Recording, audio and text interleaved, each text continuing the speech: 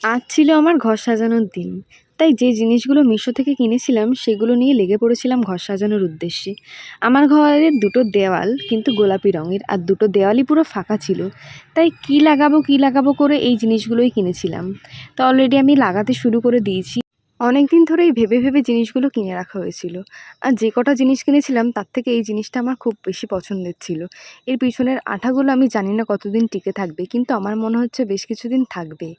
আর দুটো দেয়ালই যেহেতু গোলাপি রঙের, সেই কারণে এই কালো বা ব্রাউন কালারের ফটো ফ্রেমগুলোই আমি নিয়েছিলাম। আর এটা ছিল সেই ওয়াল হুক। এই ওয়াল হুক যে এত ভালো কার্যকরী হবে আমি কিন্তু কখনো ভাবতে পারিনি।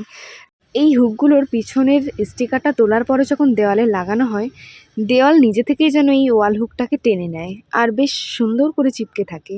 তো আমি এই ওয়াল হ্যাঙ্গিংগুলো টাঙিয়ে দিয়েছিলাম। এটাও কিন্তু আমার অনেক প্রিয় ছিল। আর এই যে ছোট ফ্লাওয়ার ভাসগুলো দেখছো, এগুলোও কিন্তু খুব সুন্দর ছিল। এটা আমার 10টা সেটের মধ্যে ছিল। আর ফাইনালি আমার ঘর সাজানো হয়ে গেছে। এই ছিল আমার একটা সাইডের দেওয়াল। আর একটা সাইডের দেওয়াল ছিল এটা। তো এটা ছিল আমার ঘরের ফাইনাল লুক। একটা সাইডের দেওয়াল ছিল এরকম, নিচে রাখা হয়েছিল টেবিল, ফ্লাওয়ার ভাস। আর আমার ঘরে কিন্তু একটা কাঠের আলমারি ছিল, যেটা কিন্তু আমার অনেক প্রিয়। কাঠের আলমারিটার জন্য আমার কিন্তু ঘরটাকে বেশ অ্যাস্থেটিক মনে হচ্ছিল। আর এটা ছিল দুপুরবেলার একটা ভিডিও শ্যুট। তো কেমন হয়েছে আমার ঘরটা তোমরা কিন্তু জানিও অবশ্যই। So tata, by.